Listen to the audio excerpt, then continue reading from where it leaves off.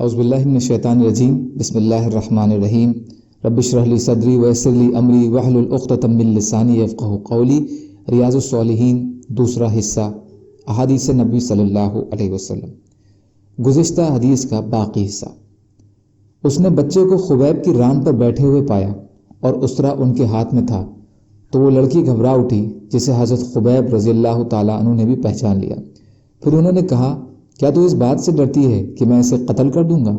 میں ایسا کام کرنے والا نہیں ہوں۔ اس لڑکی نے کہا، اللہ کی قسم، میں نے خبیب سے بہتر کوئی قیدی نہیں دیکھا۔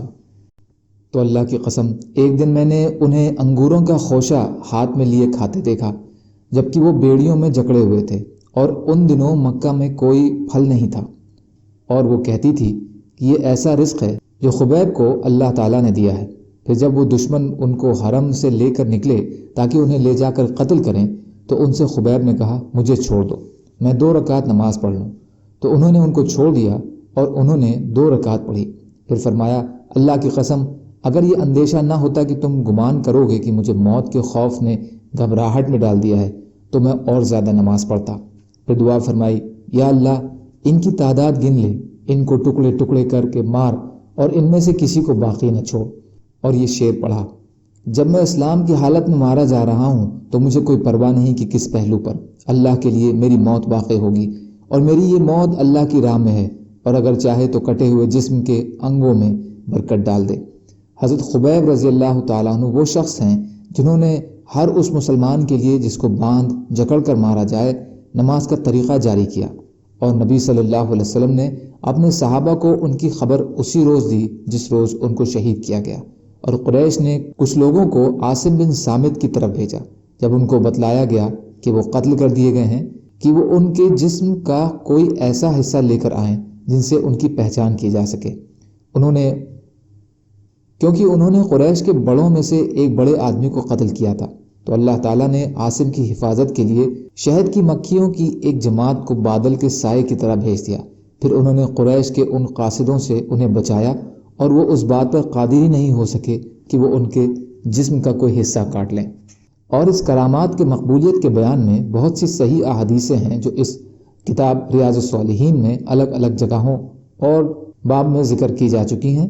ان میں سے اس لڑکے کی واقعہ ہے جو پادری اور جادوگر دونوں کے پاس آیا کرتا تھا، جریج کا قصہ ہے، ان غار والوں کا واقعہ ہے جس کا منہ چٹان نے بند کر دیا تھا، اور اس آدمی کا واقعہ ہے جس نے بادلوں میں سے یہ آواز سنی تھی کہ فلاں باغ کو سیراب کر۔ ان کے علاوہ دوسری واقعات اور ان کے ترک بھی کثرت سے ہیں اور مشہور ہیں۔ رہتی ایک جماعت کو کہتے ہیں، کچھ کا خیال ہے کہ یہ 6 لوگوں پر مشتمل ہوتی ہے: عاصم بن صامت، مرثد بن ابی مرثد، خبیب بن عدی، زید بن دسنہ، عبداللہ بن طارق اور خالد بن بقیر رضی اللہ تعالی عنہم، اور کچھ کے نزدیک 10 لوگ تھے۔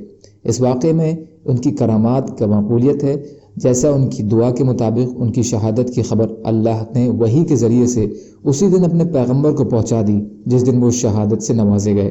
دوسرے قید کی حالت میں اللہ تعالیٰ نے حضرت خبیب کو بے موسم کے پھل عطا فرمائے۔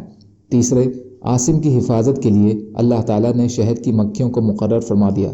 چوتھا، انہوں نے ان ظالم قاتلوں کے لیے جو بددعا کی، ان کی بددعا کے مطابق وہ اسی بری انجام سے دوچار ہوئے جس طرح بددعا کی گئی تھی۔ اس میں ایک تو اس بات کی اجازت ہے کہ دشمن اگر سختی کا مظاہرہ کرے تو اس کی امان قبول کرنے سے انکار کر دیا جائے، چاہے اس کے نتیجے میں اس کو مار ہی دیا جائے۔ البتہ جہاں نرمی کا امکان ہو وہاں امن طلب کر کے جان بچانے کی کوشش کی ضرورت ہے۔ دوسرا، صحابہ کرام کی بے مثال استقامت اور مشرکوں کی اذیت پر صبر کرنے کا بیان ہے۔ تیسرا، سخت سے سخت حالات میں بھی صحابہ نے اچھا سلوک اور کردار کا ثبوت پیش کیا، اور یعنی دشمن کے بچے کو بھی پیار کیا، اسے کوئی نقصان نہیں پہنچایا۔ چوتھا، شہادت کے وقت دشمن سے مہلت حاصل کر کے 2 رکعت نماز پڑھ لی جائے، کیونکہ حضرت خبیب کے اس عمل کو رسول اللہ صلی اللہ علیہ وسلم نے برقرار رکھا اور اس پر نکیر نہیں فرمائی۔ پانچواں، مشرکین اور ظالم دشمنوں کے لیے بددعا کرنا جائز ہے۔ چھٹا، مشرکین بھی حرمت والے مہینوں اور حرم کا احترام کرتے تھے۔ فتح الباری۔ حضرت ابن عمر رضی اللہ تعالیٰ عنہ بیان فرماتے ہیں کہ میں نے جب بھی حضرت عمر رضی اللہ تعالیٰ عنہ سے کسی معاملے کی بابت یہ کہتے ہوئے سنا کہ میرا اس کی بابت یہ گمان یا خیال ہے، تو وہ اس کے گمان کے مطابق ہی ظاہر ہوتا تھا۔ بخاری شریف۔ فائدہ، اس میں حضرت عمر رضی اللہ تعالیٰ عنہ کی فضیلت اور کرامت کا بیان ہے۔ اللہ تعالیٰ نے انہیں سوجھ بوجھ کا بڑا حصہ عطا فرمایا تھا، اسی لیے نبی صلی اللہ علیہ وسلم نے فرمایا کہ میری امت میں اگر کوئی محدث یا معلم ہوا تو وہ عمر ہوگا۔ اللہ تعالیٰ کہنے سننے سے زیادہ عمل کی توفیق عطا فرمائے، اور مظلوم کشمیریوں، فلسطینیوں اور دیگر ممالک میں جہاں بھی مسلمان بھائی بہن پریشان حال ہیں، یا اللہ آپ ان کی مدد فرمائیے اور ہم کو بھی اپنی استعداد کے بقدر اپنا حق ادا کرنے والا بنائیے، آمین۔ سبحان اللہ و بحمدہ، سبحانک اللہم بحمدک، اشہد ان لا الہ الا انت، استغفرک و اتوب الیک۔ سبحان ربک رب العزت عما یصفون، وسلام علی المرسلین، والحمد للہ رب العالمین، برحمتک یا ارحم الراحمین۔ لا الہ الا اللہ محمد رسول اللہ۔